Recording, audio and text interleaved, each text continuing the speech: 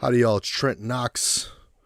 Welcome to a Trent Knox show. This is an episode of Creator Economy Talks with Trent Knox, episode number 5 of this series. And let me get everything set up here. Boom. I am so happy to be here, even though maybe it doesn't look like it. Let me give it a little bit of a smile. But what's so cool about this is that so much has changed. So much has been going on as far as content goes, and as far as the distribution of live streamers, the distribution of podcasters, and honestly, the distribution of blogs in a lot of ways has changed since the last time that I did a Creator Economy Talks with Trent Knox. And, I briefly mentioned last time that I did this live stream / podcast that Kick.com is now going to take a market share away from Twitch. But I didn't really realize that it would open up a weak spot for YouTube to take a shot at Twitch as well. Twitch, with their API and their interface, has kind of been at the forefront of live streaming, at least in the North American region. Now, outside of North America, there are other platforms like Africa TV and that are out there. What's up, Javier? Thanks for tuning in, and yeah, it's actually interesting you say that, because it's exactly what I'm talking about right now. Is multi-streaming is going to be a big part of this conversation. I posted a blog. I wanted to promote the blog and jump on and talk about the creator economy in that regard. But what I was saying is that outside of North America, but in North America, the big conversation is around these 3 platforms: Twitch, Kick, and YouTube. YouTube, what they've done is they don't have a directory, so to speak, I should say, for live broadcasts. They have essentially recommended live streams. So if you are following, let's say, Tim the Tatman on YouTube, and you look at recommended live streams, you're going to see people like Dr. Lupo. You're going to see people like Courage, JD. You're going to see those content creators in their recommended live area, and it varies based on the platform that you're on. So if you're on desktop, it's going to be on the right hand side, right below maybe your statistics or your other recommended videos, and there'll be a tab that says live, and then you have to click that. So it's not a dedicated directory for YouTube live streamers yet, and I don't know if it'll ever get to that point. There is a live, much like there's music and sports directory category, but they really do censor what YouTube live streamers get promoted in the live category on YouTube. So if you're on Fire TV or Google TV or whatnot, and you're on the YouTube application, you're going to see that is in the more section. And the more you interact with live streams on YouTube, they're going to move that feature up into the main directory, I guess, if you want to call it that, or the main sidebar where you see video recommendations. The live portion, though, it has a few different things. It has upcoming live, it has live now, recent live streams, gaming, sports, etc. But these, I don't want to call these super valuable. They're kind of, there's no positioning like you would see on Twitch where you get spotlighted on the homepage, or you're in a social equity promotion or something like that. Like, that doesn't exist on YouTube. But what is starting to develop is a recommended section that associates you with like-minded content creators, or like niche, or similar content. So for instance, you have content creators like Adam22, No Jumper, or Destiny, or like I mentioned earlier, Tim the Tatman, or Dr. Disrespect in the gaming category. And a lot of the live streamers that are on the platform that I get promoted are coming from the gaming niche. And sometimes they streamed on Twitch previously. Sometimes they are solely YouTube streamers that have integrated into this new gaming live streaming area. But you also get traditional political commentators, journalists, and the like that are also starting to filter into that live category. Joe Budden and Queen's Flip, they've started a new weekly broadcast that's on YouTube. And I think a lot of content creators are still diversifying their creative as far as having a membership program on Patreon or something like that.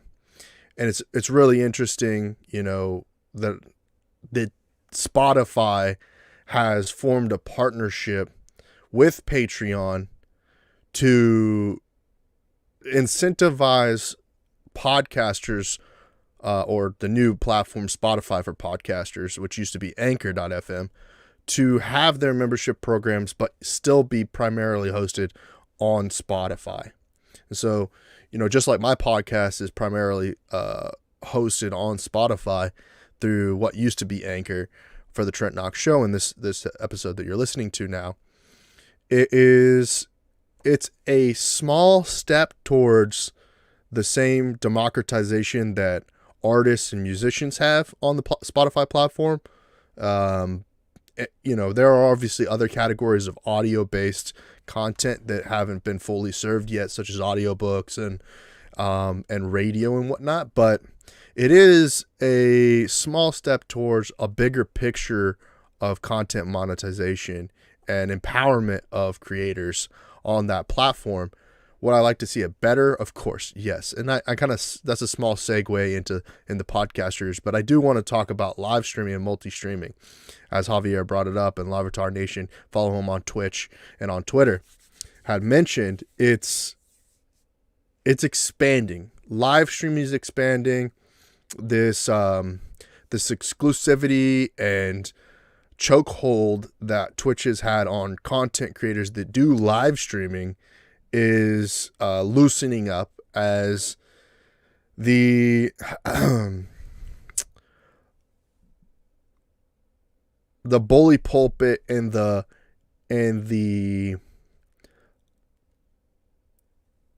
aggressive nature of thwarting any growth in this particular technology niche is being decentralized in a lot of different ways. Multi-streaming has always been one of those, and I've always been a big proponent of multi-streaming on multiple different platforms ever since I started playing Madden or Call of Duty on my PlayStation when I first started streaming, to when I did my first live stream on when I was DJing and doing some different things for SoundCloud and whatnot before my SoundCloud account got banned and all that different stuff. But when I was in the studio, then D&D and all the different things that I was streaming back when I lived in Colorado in 2016, 2015 time frame, and the actors workshops, etc. Always been a big proponent of multi-streaming. Now, it was always against the policy to do that if you wanted to become an affiliate or if you want to become a partner on a platform like Twitch. And I'm going to segue to read this Javier's comment. The returns are expanding is why the risk is being reduced, and sort of a compound for new creators. I feel like I hit a sweet spot in the timeline. Oh, absolutely. And you've created content previously before you went, kind of part-time streaming and going towards the full-time streaming, that you kind of have an idea of where it used to be and where it's going. And it is a great time for content creators to start. I said in my TikTok before I went live now that this is the best time for content creators and live streamers to collaborate. The tools that are available for content creators to collaborate are the most advanced, the most robust that they've ever been in the history of online social live streaming. Platforms like StreamYard, which I'm using right now to use the broadcast and the recording, is able to not only record in the cloud, but also able to record a local version of this broadcast using, of course, well, in this case, the CPU, not the GPU. And hopefully in the future, with Chrome updating and whatnot, I can dedicate it to the GPU, but it does use the CPU. And it seems to hold up to it on its own. So all of that to say that the technology is there for content creators to create their communities and then utilize those communities to grow their own niche brands and specific to the needs of their community, and basically service that specific interest versus the broader, more like hope and praying that your broadcast is going to get out there to the people that are interested in what you have to say. And there's a little bit of a process there because you have to kind of develop where your home is, of course, and everyone's going to have a different home as far as their content goes, but they shouldn't be afraid to broaden their broadcast to find a different set of audience or a different set of following on another platform. So, the incentives for partnering right now on Twitch have gone down. Everyone who's been paying attention to the news knows that even the biggest content creators on their platform have been reduced to a 50-50 split of revenue, or they're doing a whole on buyout of their content over the course of a certain amount of quarters or years of being signed to the platform directly, like a direct sponsorship deal. And you have platforms like Kick coming in, advertising and attempting to promise a whole suite of things from a 90-10 split to better advertising, to better subscriptions, to a robust set of features, and everyone can go, can get deeper rooted into what that actually means and how it actually comes to fruition. We'll see how that plays out, but there are a lot of platforms, and some of them are more creative based, like YouTube, Twitch, and Kick. And some of them are more professional based, even though,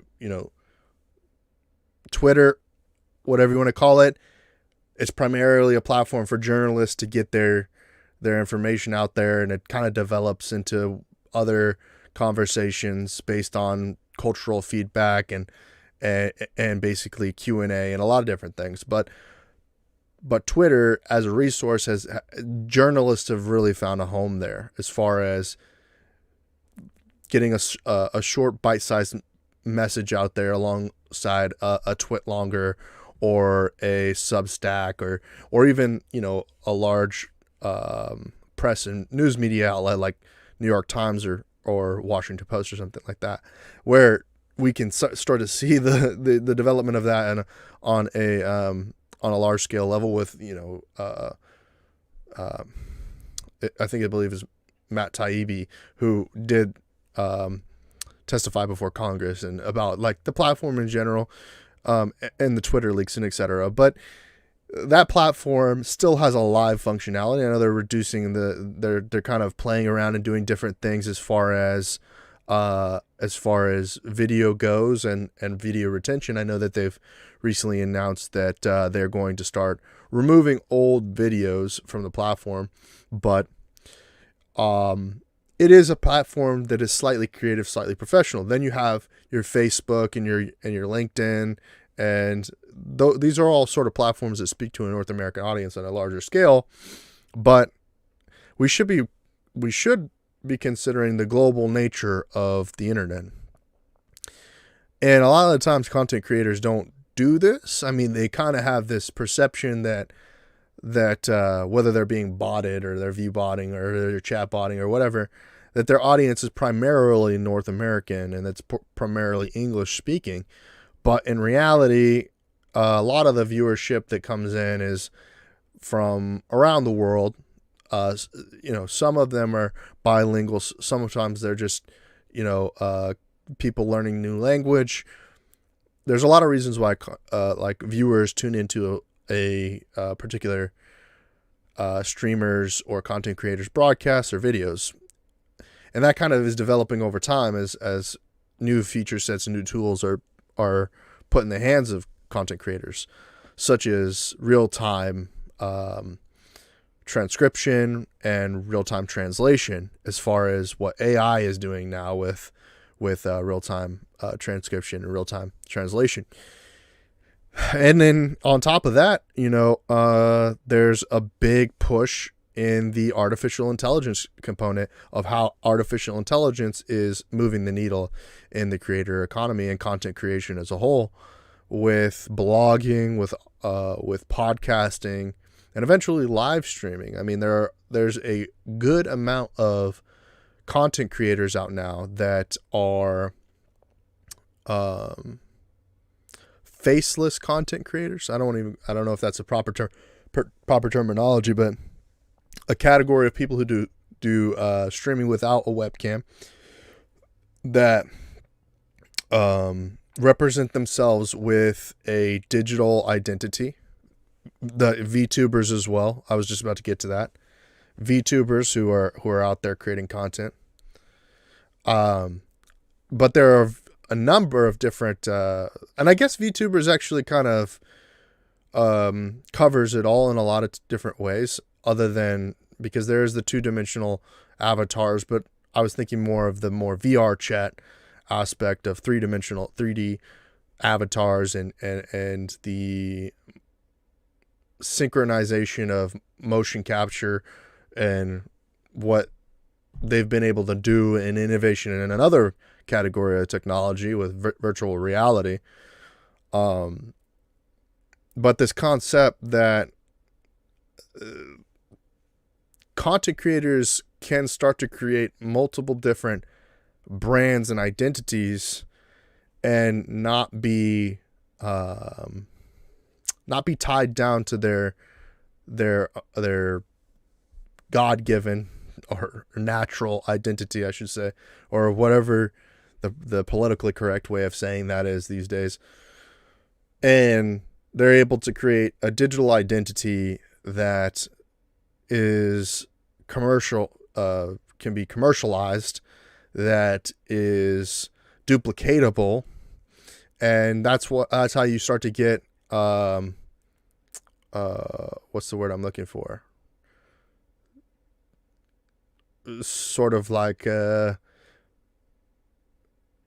animated celebrities. I guess I'm trying to think of like the most popular ones currently. Most of them are anime stars and they're anime figures, but eventually it'll be the similar ones as to like Tony the Tiger or like Goofy or Mickey Mouse, or any sort of mascot that represents a brand can start to have their own characterization and branding about their personality, and especially with the way that voice modulators are advancing as well, to where the one particular voice actor, even if it's just a natural voice actor, can speak to the development and creative of if we use the more broad term VTuber to kind of create an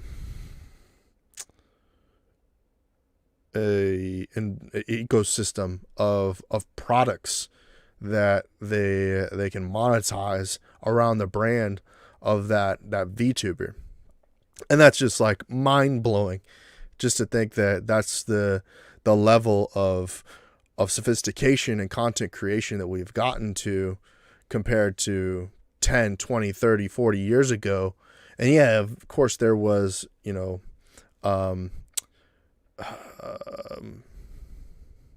graphic designers and cartoonists and I just want to think of Imagineers because that's the way I think of it.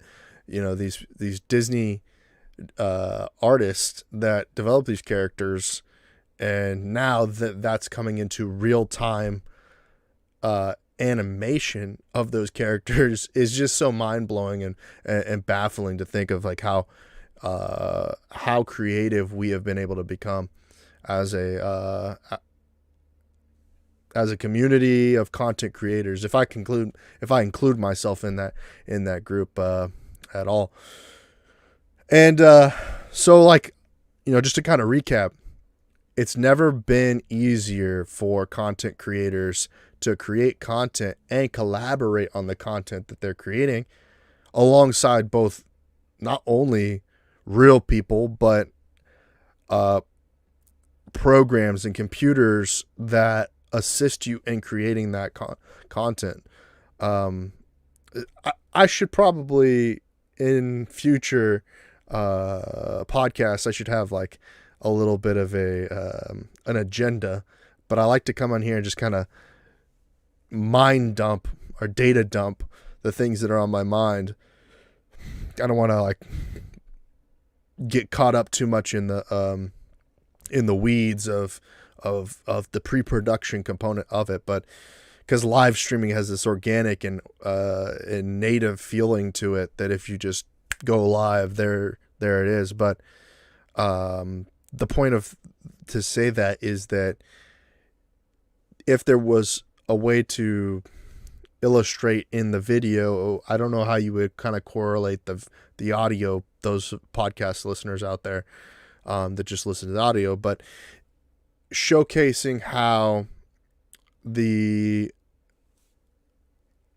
way that things like Unreal Engine 5 have been able to be animated using artificial intelligence in a virtual reality, so that you can go into, let's say, an Oculus Pro, do the design work in a very rudimentary way, in a very elementary way, that the AI then creates and utilizes assets from Unity or through Blender or whatever environment, and creates a virtual world that then can be sold as art or put on an NFT blockchain, or put out for the online consumers to explore in the artist's artwork. It's just so wild that we're so privileged to have these tools and be able to enjoy and be entertained by the creativity of today's artists. It's great that, historical artists out there are, well, that's another thing. That's a whole nother thing, is that because we have the technology that we have today, that AI can reanimate artists like Plato, artists like Da Vinci, artists like that. They're reanimating historical figures like Caesar and Winston Churchill, and these people who established and built the foundation for what society is like today. That we end up being able to coexist and live with both in the future and in the past simultaneously. It's a wild concept to like really think about, that technology has brought this and presented it on our doorstep. Now it's just a matter of creative people like, I say, I don't know how much I can include myself in this community, but in the creative community, I feel there's so much opportunity, and to go out there and talk to other content creators and other creatives and workshop the ideas that you have in your head, to make them come to fruition, come to life in a lot of ways. And I have, fortunately, a lot of folks that I'm able to touch base with and use in my community and my network to make that happen. One of those things that's going to be beneficial on the business side, because I am very business minded and systems focused and application driven. This Wednesday, I'll be doing a daytime speaking event in North Austin, where I'm going to be talking about automation in the creator economy and how software is improving the streamlined aspect and connection between consumers and producers. It's really a real I hope I'll get the content and then be able to repurpose that further for the audience and followers and my followers, pardon me. That's going to be the Tipalti the Tipalti Elevate event 2023 Austin stop and of their road show. And I'm joined by very intelligent, sophisticated,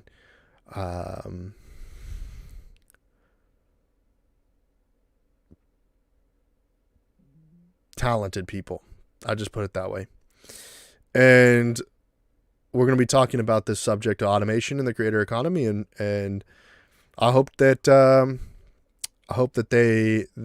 they provide me with the video so that I can share it with the audience, and then there's an opportunity for people to peek behind the curtain on how these technologies actually function. The infrastructure behind what enables a singular content creator or a group of content creators to make the content that they like to make, and then be able to, afford to do that through being paid by advertisers, marketers, being paid by their followers, etc., through subscription or through donations or what have you. And so that's going to be that main conversation around automation and how Tipalti answers that. And there's another platform, Flow Sports, and another consultancy that speaks to more of the organization component of these larger organizations. And so it's going to be a really exciting event. There's going to be lunch. There's going to be networking opportunity. And then as far as the rest of the week goes, also going on concurrently right now is NVIDIA GTC, which is I don't even know where to start. Keynote happens tomorrow, so I'm really looking forward to hearing the keynote on that. I heard their CEO speak recently during South by Southwest on the technology that NVIDIA has brought to the table as far as cloud computing goes. And it's just so mind-boggling that the ability for these CEOs and C-suite people to bring together all this talent. And, it doesn't always work according to plan. You get good employees, you get bad employees, you get good contractors, you get bad contractors, you get good C-suite, you get bad C-suite, some that'll sandbag, some that are overzealous. The balance is never, 100% perfect, but they've been able to accomplish so much to offer content creators like myself the cleanness of a broadcast like this, using like right now I'm using outdated technology. It's not the most cutting edge or bleeding edge technology that I'm using. It's 2017 technology, maybe even earlier than that, 2016, 2015 technology, to make this broadcast happen. It's so fascinating,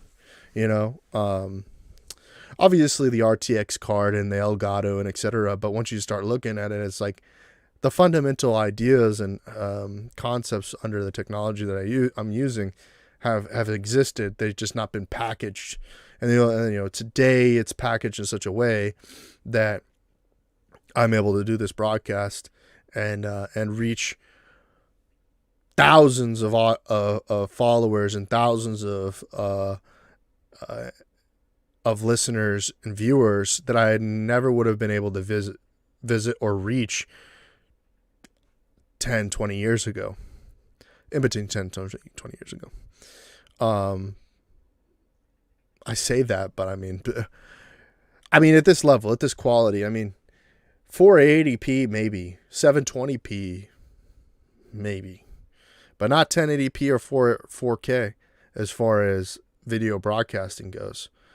It's really, really, really exciting, and there's more to say about this. And as far as the creator economy goes, the funnels are getting even more improved as far as being able to reach people in short format, as far as getting that medium-sized format as well in the form of clips.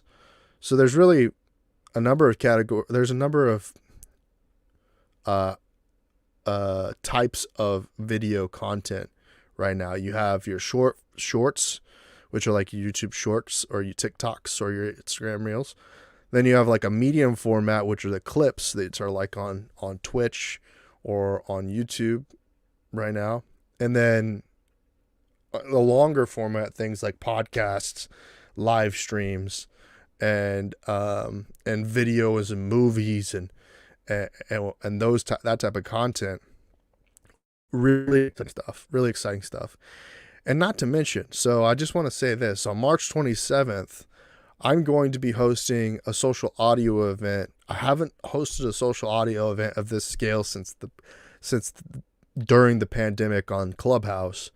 But this conversation is going to be one of those real conversations, talking with real grassroots tier 2 and tier 1 esports organizers and tournament operators and team owners, etc.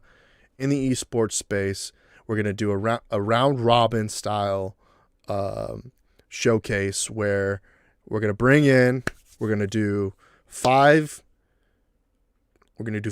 speakers at a time. There's going to be introduction, again, 5 introductions out the way. Then we're going to do one question, round the table debate about that conversation. Then we're going to intermix the we're going to move those speakers off of the stage. We're going to bring in another set of 5 introductions around the table, question around the table, move those speakers, and we're going to have like a swift rotation going on.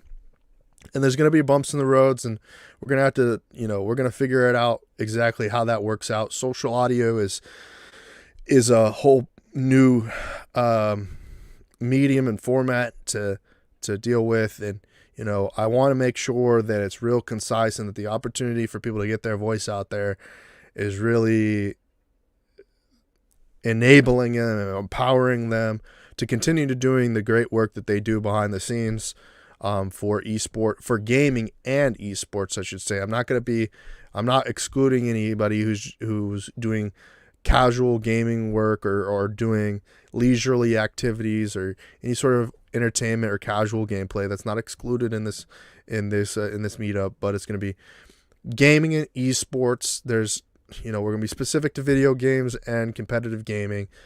In the future, maybe we'll do cosplay, maybe we'll do anime, we'll do some, Comic-Con type things, but we're building a foundation off of the current network that I have, and we have registered now close to 400 attendees, and really excited and really happy that that's happening. And I'm looking forward to seeing how that develops, because the future of that, I think, ends up being where we organize in such a way that we can have those speakers engaged, and then break off into potentially a webinar-esque breakout rooms for on Google Meets or Zoom or something like that. And it'll be really exciting because that'll give the opportunity to do something more like a speed networking component. A lot of the issues, I believe, that happen in esports is because, or gaming in general, actually, a lot of the issues I find that are in gaming, and I think this is across the board in any industry, is that people, they tend to like not get a good impression or a diverse understanding of what types of personalities are in their own niche or their own industry. And so it'll be really exciting to open up the doors for those who are open-minded and open to, finding those supporters out there for their brand and the people that they can collaborate and partner with. Because along my journey, that's how I've gotten to where I'm at today as far as partnerships go. I participated on LinkedIn and then established a few different partnerships along the way on that platform, including a partnership with StreamYard. Or I would just say a partnership. This is more an affiliation. I have an affiliation with StreamYard, as that's the platform that I'm using. I would like to develop a partnership with StreamYard and use it within my curriculum and within my coaching sessions and consulting sessions as a tool to empower content creators. And I think that's going to be super valuable in the future. So if that's something that's something that interests you, I can set up a meeting with StreamYard. Just go to StreamYard.com/ well, that's not right. To forget that. Go to the ticker symbol at the bottom, has all of my different links, and I believe StreamYard is one of those links that's in that platform, or on my platform, on my website. I also released a book for content marketing, a compilation book of ideas and a funneling piece that if you read the book, you get an idea of how to step-by-step build your brand, and then use content to advertise and market your brand out to potential clients, potential followers, any customers, etc. It's a book I spent a little bit of time thinking about, and then putting most of the time into producing. And I see it as a stepping stone, really, because even in my own experience, I've read many books on business and marketing and sales, and I can name a number of them. And I have I believe a kit list of the books that I would recommend, or audiobooks rather, that I would recommend listening to or reading, the digital version or the buying a physical copy of them on my kit list. I believe it's entrepreneurship books or something along that lines as far as the kit goes. But yeah, kit.com. No. That's not right. Kit.co, I believe. I don't know. Anyway, that's in the links as well. I'm terrible at promoting the links that I have as far as remembering what there actually are. But if you go to TrentKnox.com/links, everything should be there. If it's not there, then definitely feel free to reach out to me to get the proper direction and guidance as far as that goes. On a deeper level, definitely go to my scheduling calendar and look at something that fits what your needs are. I'm happy to be of any assistance in your content creator journey. I'm opening up to more of content creators and consulting on that level. Look, I've put a lot of hours into research and study, more hours than I've put into actually producing content, which is probably the reason why that I actually haven't really built a huge following or anything like that. If I'd put more hours into creating content, I think I would, and publishing more content, I think I'd have a much larger following. But I've focused on, first, let me understand the funnel as far as providing value goes for the best price and the maximum quality and everything. You know, it is a triangle of you get three options. You get fast, good, or what is it? The three Qs, whatever: quick, quality, and quantity. Like, you want more of it, you gotta give up quickness. You want better quality, you gotta give up the amount of quantity. You know, those three Qs. Anywho, all that said is, like, I've got my schedule on there as far as consulting, consulting, advising, and coaching goes. So you can get a free consulting session. If you want to get advice from me, book a longer session.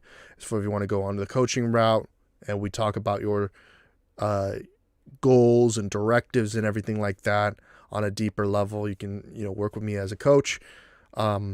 And we build your business together as we're building our businesses together.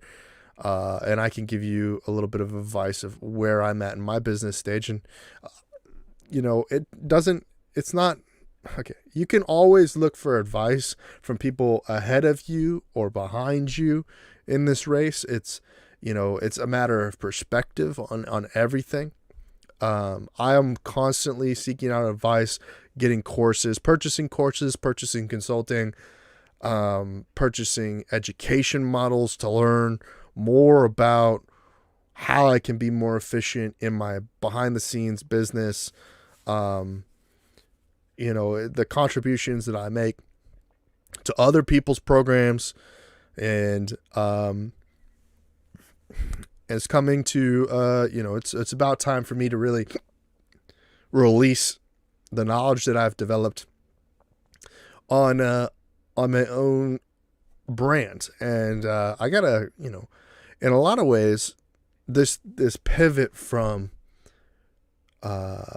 away from building brands, like building Austin Live and Local, building Cyber City Media, building Esports Business Network, into building the personal brand for Trent Knox.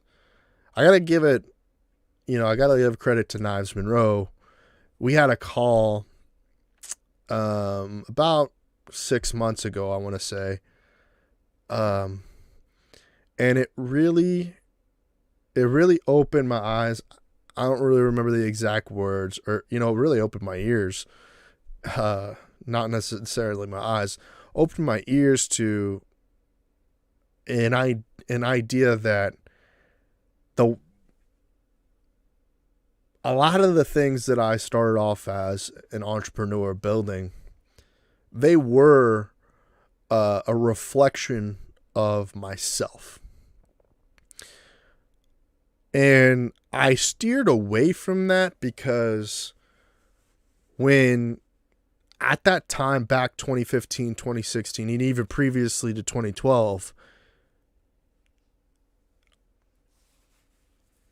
I was struggling to build that identity of who Trent Knox is.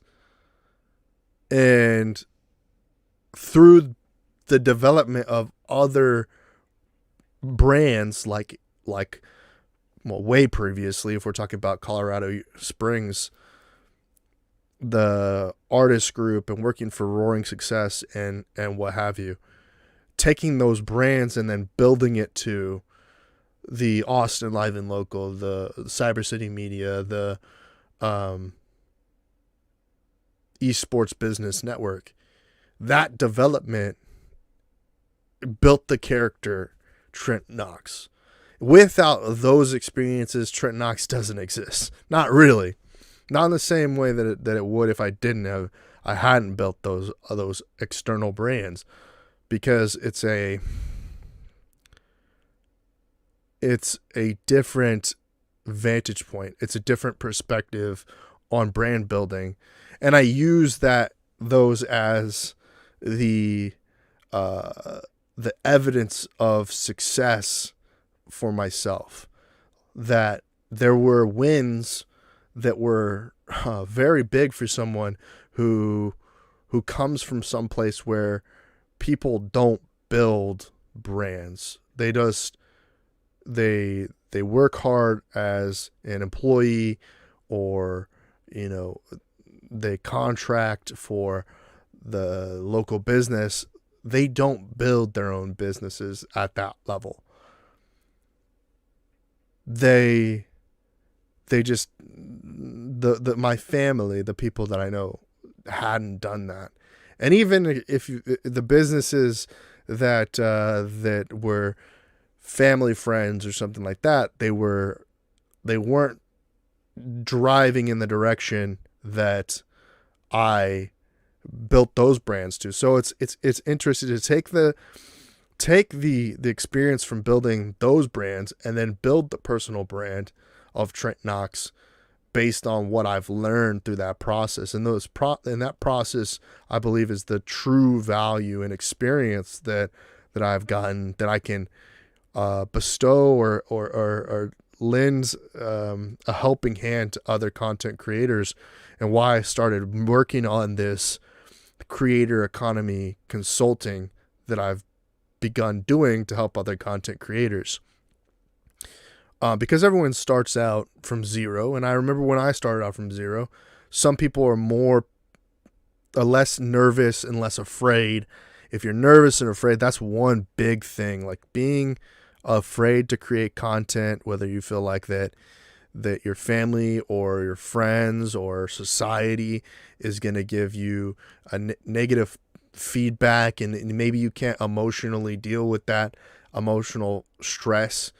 I went through that emotional stress, and I know what that's like, and I can relate to you, and I can give you the strength and guidance in order to publish that first video, take that first photo, write that first blog, get your voice heard. And yes, online media is a vacuum. When you publish it can just kind of like go out to the middle of nowhere with you could do all the perfect marketing, all the perfect keywords, all of that, and it just doesn't catch. Sometimes it'll just be the as they say, the meme goes, the low quality vids. It's always the low quality vids. It's the content that you never thought was going to be successful that starts trending and goes viral, and that's what builds your following, and then you end up becoming the person that is. But hey, it's that's the game. That's how content creation goes. But don't hesitate to reach out if you feel like there's this hesitancy or fear or whatnot around content creation, because I can help you get over that.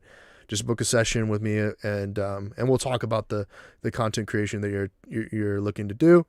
And as we kind of come to a close here, once again, I wrote a book. It's published on Amazon. You'll see it in the links of this video in the description. I'm trying to think of anything else that's been going on.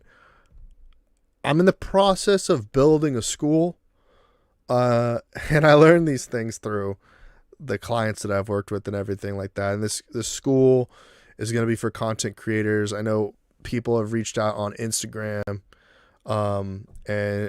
and on Twitter, asking for some guidance as far as the book goes, to like the next steps as far as like, so they read the book, but then they don't quite understand the applications that they all, what are all these softwares? Why do we need all of these things to build the brand?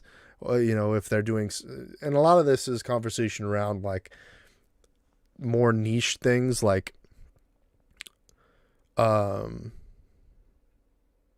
crafts, crafts like epoxy stuff, or like building their Etsy business, or selling products on Amazon or stuff like that, and being creating content around the drop shipping, or direct to consumer type environment. But the school will be more geared toward content creators.